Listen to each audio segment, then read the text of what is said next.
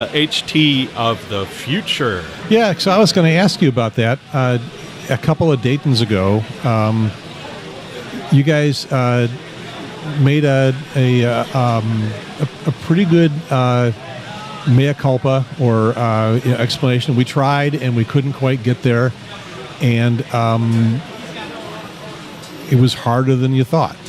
Well, what was I guess for the harder than we thought? For the folks that are wondering what we're talking about, you had talked about building a radio that would a software-defined VHF, UHF radio that would do any mode, but particularly designed for a VHF version of FreeDV or a Codec 2 based digital, but it would do anything else you put a codec in for.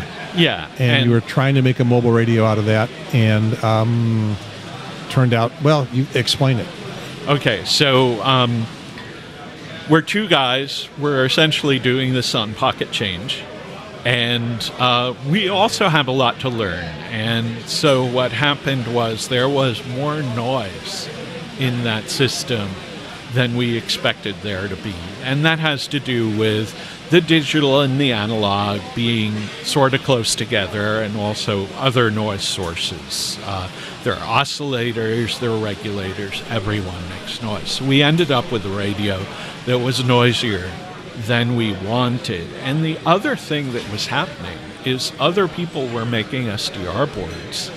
And because maybe they had a better budget, they had engineers who maybe had a little more experience than us, I think they've done a better job. So what I plan to bring to Dayton is a demo based on the Line Micro. And Line Micro is an SDR. They have a handheld size now, but they formerly had a card that wasn't too big. And you really just have to add on to it preamplifiers and amplifiers rather than make the entire SDR. And the SDR board itself is about $100. Okay, so we have that part now. And Chris and I don't have to make that. What we now have to make is preamplifiers and amplifiers, which is much more bounded thing. So I will come to the show probably with some blocks hooked up together, but we'll show everything that's in an operating radio. Yeah, your partner is Chris Testa. Yeah. KD2BMH, I think. Yeah. And so, but I did notice that there are other people who are making things that kind of look like what I was talking about. So this is being sold by RFinder. Okay. Yep, they're here at the HamFest. Yes, and so this is essentially an Android phone. Well, it's an Android phone, as you can see the Android background here. This is Android 6, and it's got a DMR and FMHT in it. So the deal is that this is not the radio that we were talking about from an internal perspective, because we want to make an SDR and we can do better things with an SDR. So it is the user interface that we were talking about. Okay, so there's your Android right on the front of your HT. Now cell phones, Android phones, they are not SDRs yet, or not SDRs ever. Well, cell phones actually are SDRs, but they're not SDRs that we can open the hood of. Ah. And so this particular radio that is in... So this device that RFinder is selling, it actually comes from a Chinese company called Runbo. And you can buy it directly from them without the RFinder software on it.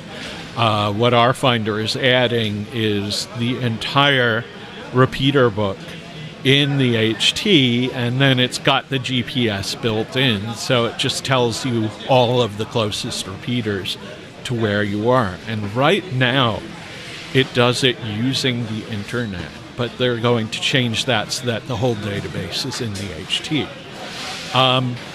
So from a user interface perspective, they've achieved what I wanted to do, not yet from an RF perspective. Now, I can put FreeDV on that walkie-talkie, using the modem that we have for analog walkie-talkies. So it's the same modem we'd use for a walkie-talkie that does DMR, D-Star, etc. They actually use an analog modulator rather than an SDR. And that works fine. It works as good as D-Star and DMR, and it's all open source. But if we use an SDR, we have 8 to 10 dB improvement in signal noise. Yeah, that was your talk back at the DCC. Yeah. How if you, what everybody's doing for digital right now is forcing it through an analog window, which makes it worse. Yeah. I was paying attention. That's absolutely right. And it's nice that since you have to be in the room anyway, you're listening. And I don't catch things on the first pass. It's when I edit things together that I understand. Okay. So, yes, you have to tell me something 10 times sometimes. Yeah. So, it's a great thing about the recordings. Anyway, we want to get an SDR in there, and the guy from RFinder, he agrees with us. He says in 2 years, maybe that company or some other one will have an SDR in that kind of box. Yeah, that is, I believe, Bob Greenberg, W2CYK, if I've got his call sign right, the RFinder guy. He may not be the engineer that you're working with, though. Yeah, okay. He just runs the company. Okay. And so anyway, they're charging somewhere north of $700 for that. So not like your $25 bow thing, but it's kind of fun. And it's also a phone, but it's interesting. Chinese telephones don't have all the bands that real United States phones do. So it works better on ATT. It doesn't work on T-Mobile because T-Mobile uses different bands. So, they say 4G, but... See rulemaking petition out there about, I guess it's been out for a long time about... So you mean the Technical Advisory Board? No, I'm talking about the bandwidth thing where the ARRL is trying to get enough bandwidth for Pactor 4, which is probably not something you really like because it's closed. Well... But the bandwidth would be nice. People have actually said that they're trying to bring back regulation by bandwidth. Yeah, I'm pretty sure that you would love to have. So, ARRL, in conjunction with Operation in Puerto Rico, said that they would... I don't know if ARRL publicly said that they'd like to have this permanently. What they did was they got a special temporary authorization so that they could use Pactor 4 in Puerto Rico during the emergency. But as it happened, nobody in Puerto Rico, including the team of 50 hams who came down there, actually had a Pactor 4 hardware modem. So Pactor 4 was not used. And now the FCC is asking, well, what could we do to make it easier to help people in disasters like the one in Puerto Rico? And so a couple of people said, well, you could let us use Pactor 4 bandwidth on the air. And, as far as the bandwidth is concerned, I don't really have a problem with it. I think a lot of phone guys are going to have a problem with it because they're afraid of digital modes encroaching on their band and of them being squeezed out. And as it happens, when we run free DV on the air, we see phone guys QSYing on top of us. And by the way, don't do that because we're going to report you eventually, and we're going to do it with lots of technological background. But anyway, people and do. You don't need 2.5 kilohertz for free DV. No, we don't. I think sometimes they don't realize that we can go on talking under them. But anyway, because with a flex radio, you can record the whole band. And so we can actually record and play back these guys on a nearby frequency saying, let's QSY over here, and then QSYing directly on top of us.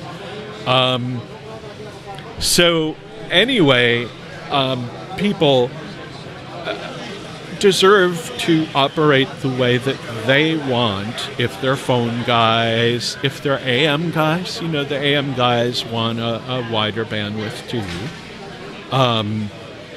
And maybe the Pactor guys should be able to operate in some situations, although what we're really talking about with Pactor is an old-fashioned hardware modem where they can't just turn a knob and say, I'll make it slower and narrower band, the way we would with a modern software modem.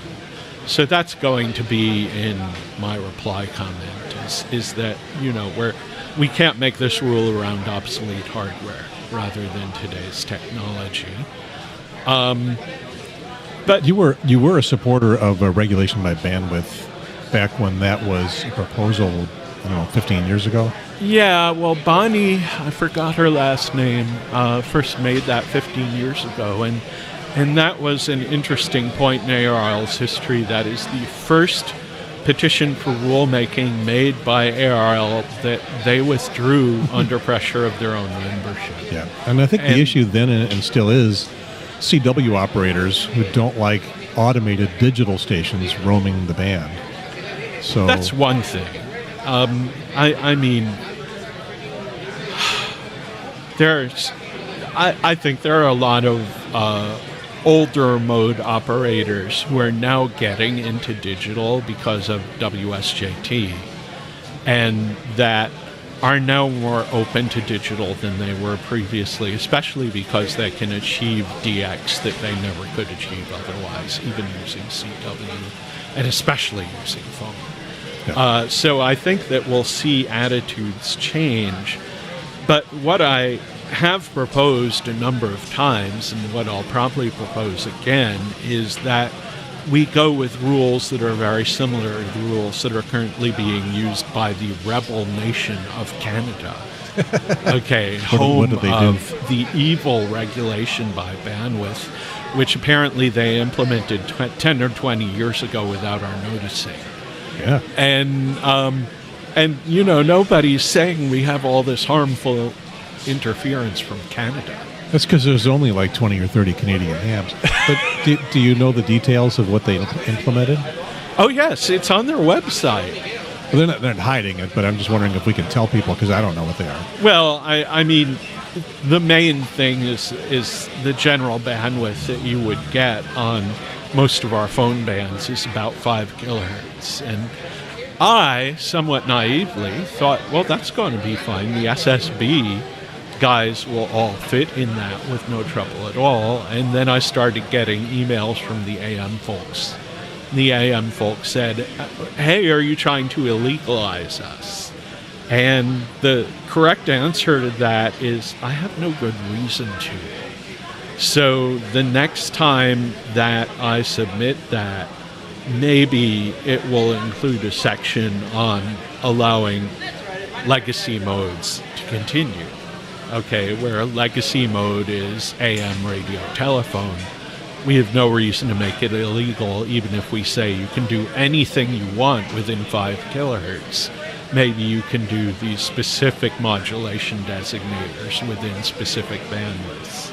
So whatever is necessary for AM phone. Carving out an exemption, I can certainly see that as a legacy thing. The idea of then attaching designators to different modes and regulations. I thought that was the whole idea for getting rid of all that, by saying whatever you want to do, if you can do it in 5 kilohertz, you get this part of the band. If you can do it in, 1.5 kilohertz, you can do it over here. And if you can do it in at 500 hertz, you can do it down there. Whatever you want to put in there. And it's all fine. That's absolutely right. And in a perfect world, that is all I would say. But if it takes putting in this little carve-out for AM to totally remove the opposition of all the AM guys, well, that's probably a good idea. Yeah, and AM would be almost the only exemption we would have to worry about, except for one thing. D-Star and all those HF radios is 6.25 kilohertz wide. Is D-Star a legacy mode? Oh, no, because it's never been authorized. So it's used all the time. Not on HF. Yeah.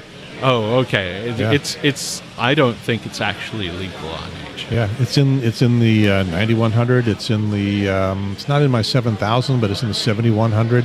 Oh, so there are people actually using it on HF. Yeah. When IMO, they are not allowed to. Well, I don't know that they're not allowed to. I mean, I'm not sure what it is that they're not allowed to do with D-Star and HF. Well, if you look at what are the permitted digital modes, they're all based on ASCII. And you can make a reasonably good argument that there's nothing but text permitted under digital operations currently. So will that be a problem for FreeDV too? I think it's less of a problem on VHF than on HF. Well, FreeDV is the HF. Oh, I'm sorry. Would it be a problem for FreeDV on phone? Okay, there's this other thing with rulemaking that drives me crazy. Is are these radio telephone or are they digital modes? Yeah, and is it a breath mint or is it a candy mint? It's two in one. So I have had people who are involved in regulation tell me it's not a digital mode, it's radio telephone, and thus the rules for radio telephone apply and none of the rules for digital apply whatsoever. And that's what is so much fun about Part 97. It is so tangled and vague that you can make a case for or against anything. But we finally have a word to describe exactly what that is. It's an alternative fact. Okay, we weren't going to talk about politics. So I don't know how that slipped in. Is that by accident? Yeah, I don't know. The people who believe in those, they can come to the Village Idiots National Conference and assert themselves. Yeah. We beat them up, you know. And